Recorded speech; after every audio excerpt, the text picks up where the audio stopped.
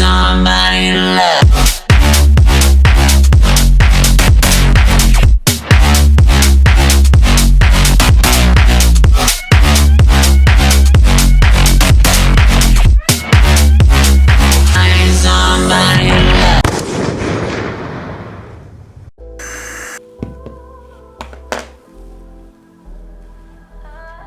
C'est bon? On se voit là? Eh bien salut tout le monde, c'est Kevin pour la chaîne de CrossFitVap et je suis vraiment content de vous accueillir pour cette nouvelle revue. Alors vous avez été vraiment nombreux à me demander de faire ce test concernant le Fat Rabbit de chez Elvap, il est juste ici. Alors nous allons tout de suite commencer par regarder l'emballage de ce Fat Rabbit. Allez, c'est parti. sur la face avant, on retrouve notre joli lapin mort sur un fond rouge auquel viendra s'ajouter le nom de la marque sur la partie supérieure. Sur une des extrémités de la boîte, on y verra directement notre RTA Fat Rabbit monté et de l'autre côté une vue détaillée de chaque élément. Au dos de la boîte, on retrouve la version sélectionnée de votre atomiseur, je l'ai pris donc dans la version Gunmetal et on y retrouve également le scratch code habituel. Et au-dessus, Evioque Vaping Genius. Voilà, maintenant que nous avons fait le tour de la boîte, nous allons venir la déballer. Dès l'ouverture de la boîte, vous allez directement retrouver votre atomiseur Fat Rabbit. On retrouvera en dessous de celui-ci un deuxième Pyrex d'une contenance de 5,5 ml. Vous retrouverez également un outil qui vous permettra de découper les pattes de vos coils, ainsi qu'un mini tournevis à tête plate. On y retrouve aussi un deuxième sachet contenant 2 coils en NI80 Fuse Clapton 0,37 ohm ainsi que 2 lacets Cotton. Une troisième pochette contenant tous les joints de remplacement avec 4 vis de remplacement également. Et enfin, on y retrouve la traditionnelle notice d'utilisation et celle-ci a une partie en français. Allez, maintenant retournons directement sur notre Fat Rabbit. On remarquera déjà très facilement les deux grosses arrivées d'air sur la partie intermédiaire et la partie inférieure. On y verra également gravé sur l'atomiseur Fat Rabbit ainsi que le lapin mort. Et au dos, nous y verrons le CE, ne pas jeter à la poubelle et le nom de la marque. Nous allons maintenant enlever notre triptyque et nous y remarquerons directement que le joint n'est pas sur celui-ci mais à l'intérieur du top cap. Celui-ci est relativement épais et évitera toute fuite éventuelle. Nous allons donc maintenant ouvrir notre top cap en faisant un quart de tour dans le sens inverse des aiguilles d'une montre. Comme vous pouvez le voir, celui-ci a des gravures sur tout son contour, ce qui facilitera la manipulation même avec les doigts mouillés. On y verra aussi un joint sous ce top cap qui permettra de faire l'étanchéité. On y voit les deux larges ouvertures de chaque extrémité, ce qui facilitera grandement votre remplissage. Pour le remontage, il suffit simplement de trouver l'encoche et de refaire la même manipulation mais dans le sens inverse des aiguilles d'une montre. Nous allons maintenant procéder au démontage de la cuve. Pour cela, rien de plus simple, il suffira d'avoir les ouvertures d'airflow du bas ouvertes au maximum et de tourner d'un quart de tour à gauche et de tirer tout simplement. On y verra un joint tout autour pour éviter les fuites éventuelles. Le plateau est un plateau postless avec possibilité de montage en single ou dual coil. Le plateau est suffisamment large pour y venir accueillir de larges coils. Nous avons à chaque extrémité de larges ouvertures pour y venir loger votre coton sans difficulté. Les vis de serrage quant à elles sont avec une empreinte à tête plate. Concernant la cloche, il n'y a pas vraiment d'effet de dôme, il y a une légère inclinaison sur le côté mais celle-ci est très légère, mais le fond est plat et non incurvé. Pour le remontage, c'est exactement la même manipulation en sens inverse, il suffira de trouver l'encoche, de pousser votre cuve et de tourner à droite jusqu'à arriver en butée.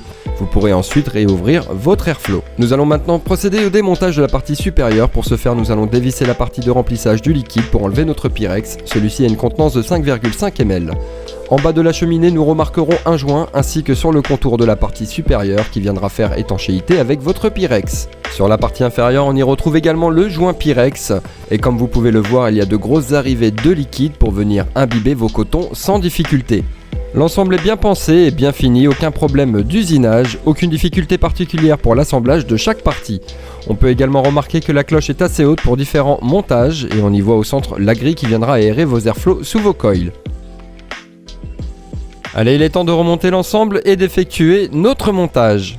Pour ce montage, j'ai utilisé des coils de chez Fumitech en fusette Trip Clapton en NI80. Voilà à quoi cela ressemble de près. Nous allons maintenant couper les pattes de nos coils. Pour ce faire, nous allons prendre notre petit trimmer fourni dans le packaging. Il est recommandé de couper à 6 mm pour le montage de ce plateau. Voilà à quoi cela ressemble une fois nos pattes coupées. Nous allons maintenant installer et roder nos coils. Dans un premier temps, nous allons dévisser les vis et installer comme ceci. Nous allons ensuite bien resserrer ces vis, vérifier la valeur et venir redresser et centrer nos coils au centre du plateau. Nous allons ensuite chercher les points chauds pour les éliminer, recentrer nos coils Je vais ensuite venir resserrer les pattes pour m'assurer que l'ensemble est bien maintenu. Une fois que les coils stabilisés et la chauffe uniforme partant du centre vers les extrémités, il n'y a plus qu'à attendre que cela refroidisse pour y venir y mettre notre coton. Pour ce montage, j'ai décidé d'utiliser les 2 lacets coton fournis dans le packaging. Venez ensuite recouper votre coton au ras du plateau et venez ensuite l'aérer pour améliorer la capillarité. Une fois que les cotons sont mis correctement, maintenant nous allons directement imbiber nos cotons et on se revoit dans un instant pour faire le test et la conclusion.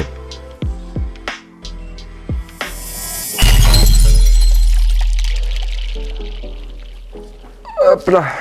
Bon et bien la team, c'est l'heure du verdict et de la conclusion de ce Fat Rabbit RTA. Ça fait maintenant une semaine que je l'utilise, donc je vais pouvoir vous faire un retour concret sur celui-ci.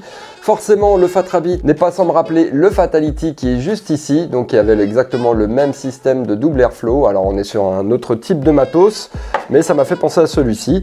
Alors, qu'est-ce que je peux vous dire déjà premièrement sur cet Ato? Eh bien écoutez, je suis vraiment satisfait.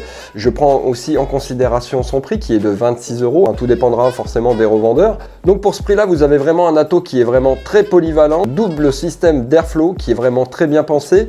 Les points positifs aussi, ça va être sa simplicité d'utilisation. Je m'explique, déjà la bague crantée qui est juste en haut au niveau du top cap, c'est bien pensé parce que quand on a les doigts gras, c'est bien pratique pour pouvoir l'ouvrir et le fermer aisément. Donc les larges ouvertures aussi qui sont vraiment appréciables.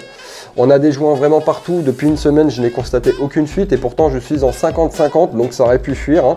Mais je n'ai pas rencontré ce souci-là. Gros point positif aussi pour le système de changement de vos coils ou du nettoyage par exemple, ou le changement de vos cotons. Au lieu de vider directement la cuve, votre liquide et compagnie, vous avez simplement ici un quart de tour à faire. Vous tirez, voilà, regardez, c'est hyper simple. Donc vous avez votre montage ici, mon liquide qui est toujours à l'intérieur si j'arrive à faire comme d'habitude la mise au point, donc vous pouvez le voir et ça ne coule pas. Donc ça c'est vraiment top. Maintenant il va falloir que je retrouve, hop voilà, je pousse et je tourne.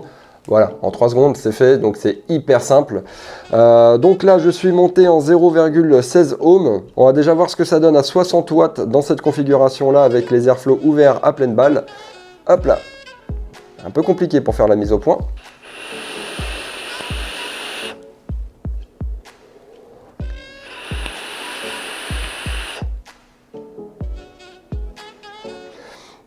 Alors sans grande surprise, vous voyez, il n'y a aucune restriction, je pense que vous l'entendez également, on va vraiment à plat poumon, donc vous pouvez tirer vraiment des grosses barres là-dessus. Déjà on peut le voir au niveau de son diamètre, au niveau de la cheminée, donc le diamètre est relativement large, donc il n'y a vraiment aucune restriction. Pour ce qui est des saveurs, honnêtement sur du gourmand ouvert comme ça à pleine balle, c'est mitigé.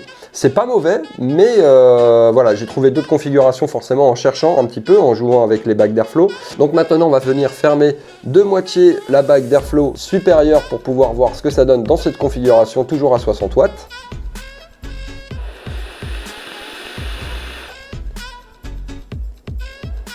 Alors, tout à l'heure, on était sur un tirage froid, tiède, on était entre les deux. Là, on est sur un tirage un petit peu plus chaud, forcément. On a un peu plus de restrictions, mais par contre, on a un meilleur rendu des saveurs dans cette configuration-là. Par contre, on le sent que c'est quand même beaucoup plus restrictif. Je vais venir maintenant fermer la bague du bas de moitié également. On va voir maintenant ce que ça donne.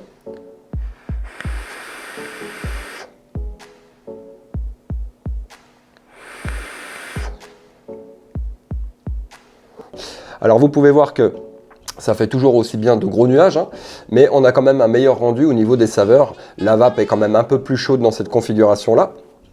Maintenant, je vais fermer totalement celle du bas et laisser ouvert celle du haut au maximum, comme ceci. Hop, on va voir ce que ça donne dans cette configuration.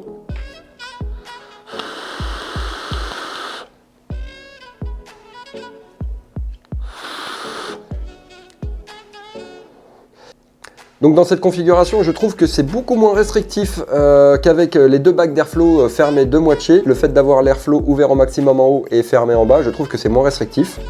Et on a meilleur rendu des saveurs. Par contre, comme vous pouvez l'entendre, ça siffle un peu plus.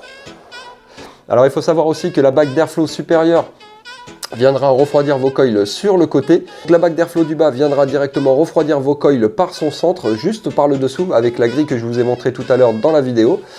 Alors pour moi, la meilleure configuration, et je dis bien pour moi parce que selon vos ressentis bien entendu, vive la vape libre, chacun aura un ressenti différent selon son type de configuration au niveau de l'ouverture de l'airflow et ça tout dépendra de vos goûts. Moi j'aime bien fermer de moitié l'airflow du bas, voilà, de fermer simplement un seul trou sur l'airflow du haut. Et là je trouve que j'ai le meilleur rendu saveur dans cette configuration là. Donc par contre ça siffle un petit peu plus. Pour moi ça me dérange pas, mais voilà. Peut-être que pour certains ça dérangera d'entendre un petit peu ce sifflement. Après voilà, si vous voulez, vous pouvez jouer sur la bague d'airflow. Donc voilà, pour moi c'est un Atto qui est vraiment très très bon. Je dirais pas non plus excellent, j'en ai connu des meilleurs.